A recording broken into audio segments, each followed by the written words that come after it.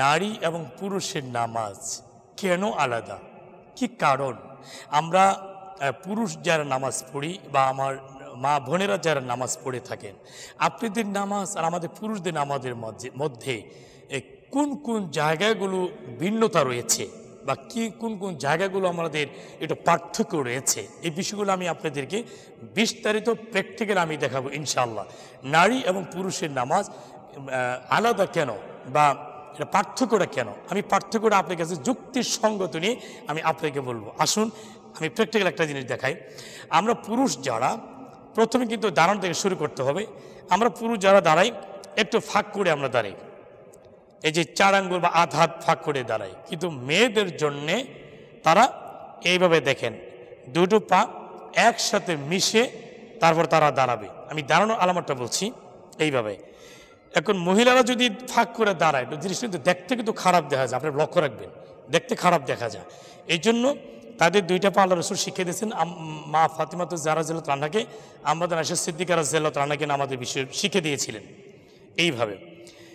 এখন আমরা হাত বাঁধি আপনার কানের লতি পর্যন্ত, আর আপনারা হাত উঠাবেন কাঁধ পর্যন্ত। কাঁধ পর্যন্ত হাত উঠানো আর কানের লতির মধ্যে হাত উঠানোর মধ্যে একটা পার্থক্য হলো প্র্যাকটিক্যালে দেখেন। এই যে মহিলারা যদি কান পর্যন্ত হাত উঠায়, এই বুকের যে একটা পর্দা আছে, আমার মায়েদের যে একটা পর্দা আছে, এটা কিন্তু ঠিক হলো না, পর্দাটা কিন্তু ঠিক হলো না। দেখেন যখন আমার রাসূল আম্মাজান আয়েশা সিদ্দিকা রাদিয়াল্লাহু তাআলা আনহাকে যে নামাজ প্র্যাকটিক্যাল শিখেছিলেন, তো এইভাবে দেখেছেন। এইভাবে যখন আপনি নিয়ত করবেন আমার মা বোনেরা, তখন পুরো আপনাদের মায়েদের বুকটা কিন্তু পর্দায় রইল, হাতের কারণে বুকটা পর্দায় রইল, নিরাপদে রইল, দেখতে সৌন্দর্য দেখা গেল। কথা প্র্যাকটিক্যালের সাথে আপনি একটু মিল দেখেন। তো এই জন্যই আল্লাহ রাসূল মা ফাতিমা রাদিয়াল্লাহু তাআলা আনহা বা আম্মাজান আয়েশা সিদ্দিকা রাদিয়াল্লাহু তাআলা আনহাকে, মা হালিমাতুস সাদিয়া রাদিয়াল্লাহু তাআলা আনহাকে তারা এইভাবে কিন্তু শিক্ষা দিয়েছিলেন। তাহলে এইভাবে আপনি হাত বাঁধবেন। এখন আমরা পুরুষ যারা আছি, আমাদের কোনো গায়ে কোনো রুমাল বা কোনো চাদর না থাকলে কিন্তু চলবে, কিন্তু আপনাদের ক্ষেত্রে পুরো হিজাব দিয়ে আপনি শুধু মুখমণ্ডলটাকে খোলা রেখে বাকি মাথা কপাল থেকে মাথার চুল পুরো দেহটা আপনি ঢেকে নামাজ পড়তে হবে। নিশ্চয়ই পার্থক্য আছে। কেন? আমাদের তো চাদর পরে নামাজ পড়তে হয় না, আমাদের তো রুমাল পরে নামাজ পড়তে হয় না, আর আপনি তো হিজাব পরে কেন নামাজ পড়তে হয়? আমি প্র্যাকটিক্যালি শুধু আপনাকে দেখানোর জন্য চেষ্টা করছি। আপনি হিজাব পরে উড়না দিয়ে পুরা শরীরটা ঢাকা অর্থ কি? আপনি মায়েদের যে একটা ঘটন, পুরুষদের ঘটনা আর মায়েদের ঘটনার মধ্যে আকাশ আর জমিন ডিফারেন্স, এটা আল্লাহ তাআলা তাদেরকে দান করেছেন। এই মায়েদের দেহের এই ঘটনটা যেন বেপরদার মতো বা দেখতে খারাপ না দেখা যায়, সেটার জন্যেই ফতোয়ে রশিদিয়া, ফতোয়ে আলমগীরি, ফতোয়ে দেওবন্দ এবং আনোয়ার শাহ কাশ্মীর রহমতুল্লাহ আলাইহি তার ফতোয়ার কিতাবের মধ্যে ব্যাখ্যা করছেন। আশরাফ আলী থানভী চিশতি রহমতুল্লাহ আমলে নাজাতের ব্যাখ্যার মধ্যে তিনি ব্যাখ্যা করেছেন, মায়েরা হিজাব পরে, আমার রাসূল হাদিসের মধ্যে বলছেন মায়েরা নামাজ হিজাব পরে পুরা বুক ঢেকে চাদর দিয়ে ঢেকে নামাজ পড়ছে। বুকের যে তাদের দেহের যে অঙ্গ প্রত্যঙ্গগুলো বাহির থেকে একটা মানুষ দেখলেও যেন বুঝতে না, বা তার দেহের গঠনগুলো যেন অন্য কোনো পুরুষ হতে পারে, আপনার ছেলে হতে পারে, আপনার মেয়ে হতে পারে, আপনার হাজব্যান্ড, আপনার স্বামী হতে পারে, এই জন্য দেখার কিন্তু ওই মুহূর্তে কিন্তু অনুমতি নাই। যে পুরো দেহটা ঢেকে আপনি নামাজ পড়লেন। আসেন এখন এই যে হাত বাঁধলেন আপনার কোথায়, এই যে এইভাবে তাকবীর দিলেন, পুরো বুকটা কিন্তু আপনার একটু সেফ রয়ে গেল, সুন্দর রয়ে গেল।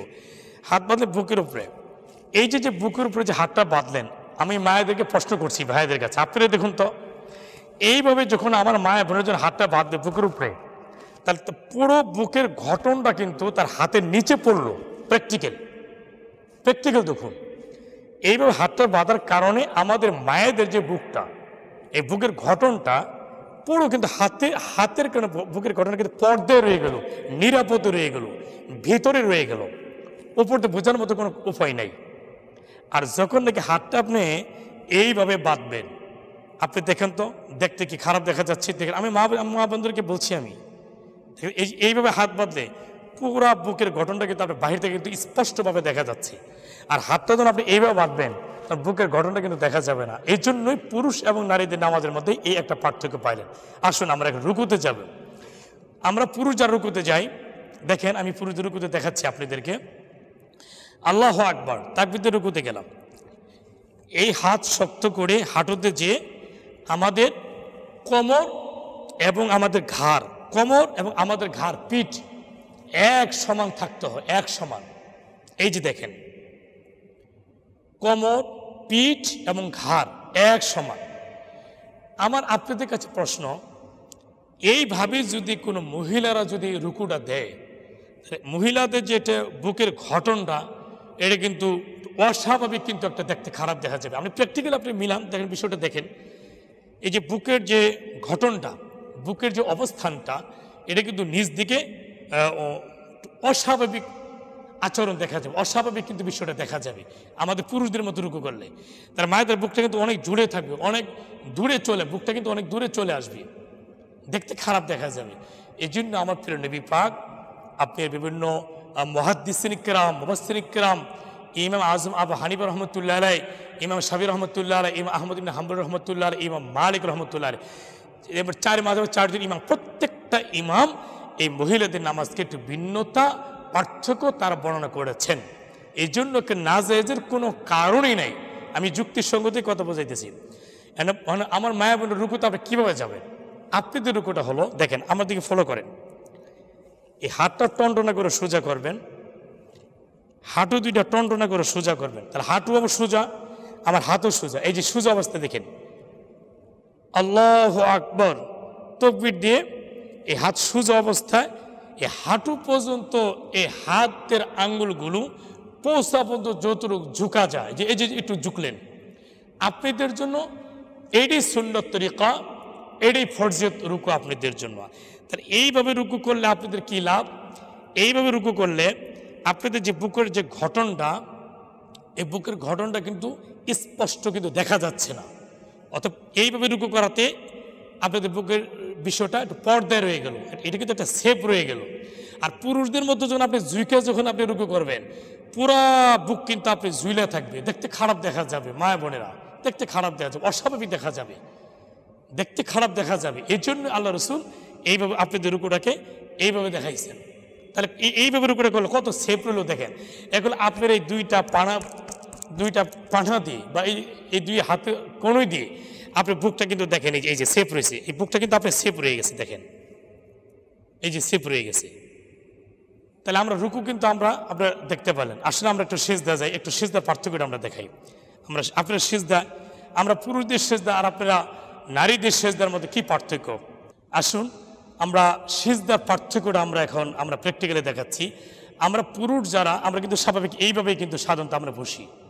আমরা এই বাম পায়ের পাথর উপরে আমরা বসছি, ডান পায়ের আপনার এই আঙ্গুলগুলো ক্যাবলার দিকে থাকবে, ডান পায়ের গোড়ালিটা খাড়া অবস্থায় থাকবে। এটা হলো আমাদের পুরুষদের জন্যে। আপনি দেখেন আমরা পুরুষ যারা সিজদা করব বা সিজদা করি, আমরা সাধারণত কিন্তু এই বাম পায়ের পাতার মধ্যে কিন্তু আমরা বসেছি, দেখেন কিন্তু লক্ষ্য করে।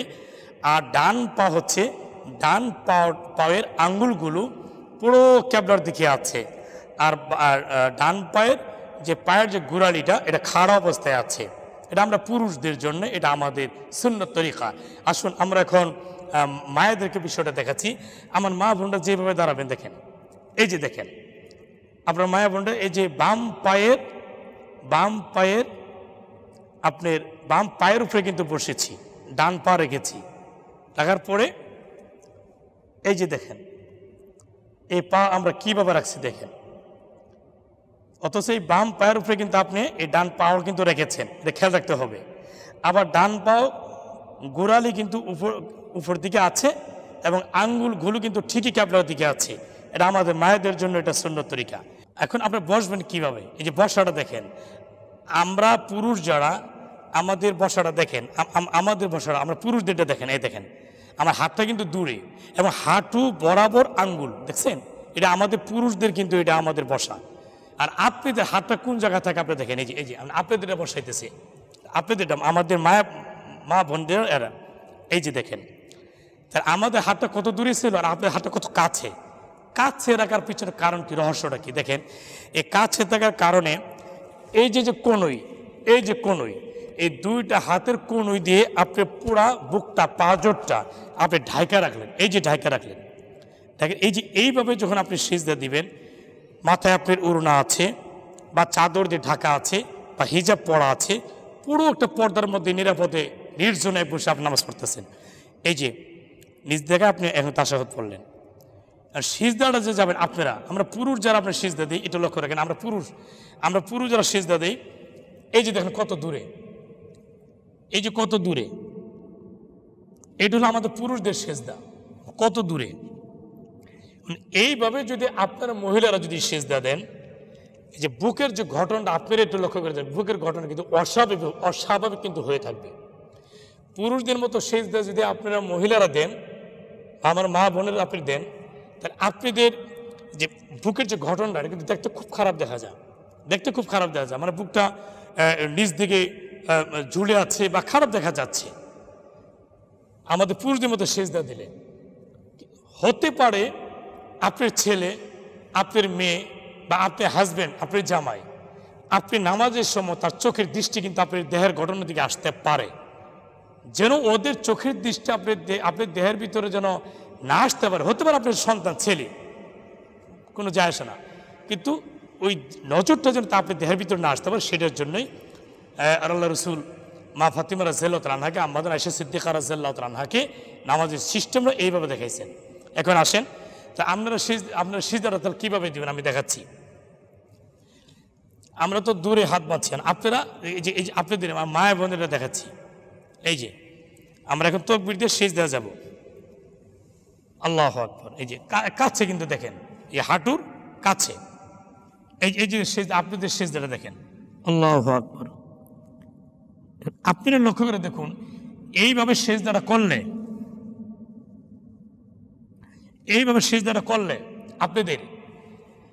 আপনি পুরো দেহটা একটা মোটামুটি একটা গোলাকারের মতো কিন্তু হয়ে গেলেন, প্র্যাকটিক্যাল। এবং আপনার বুকের কোনো গঠন জিরো পরিমাণে কিন্তু বাহির থেকে দেখার মতো কোনো মানে অপশন নেই।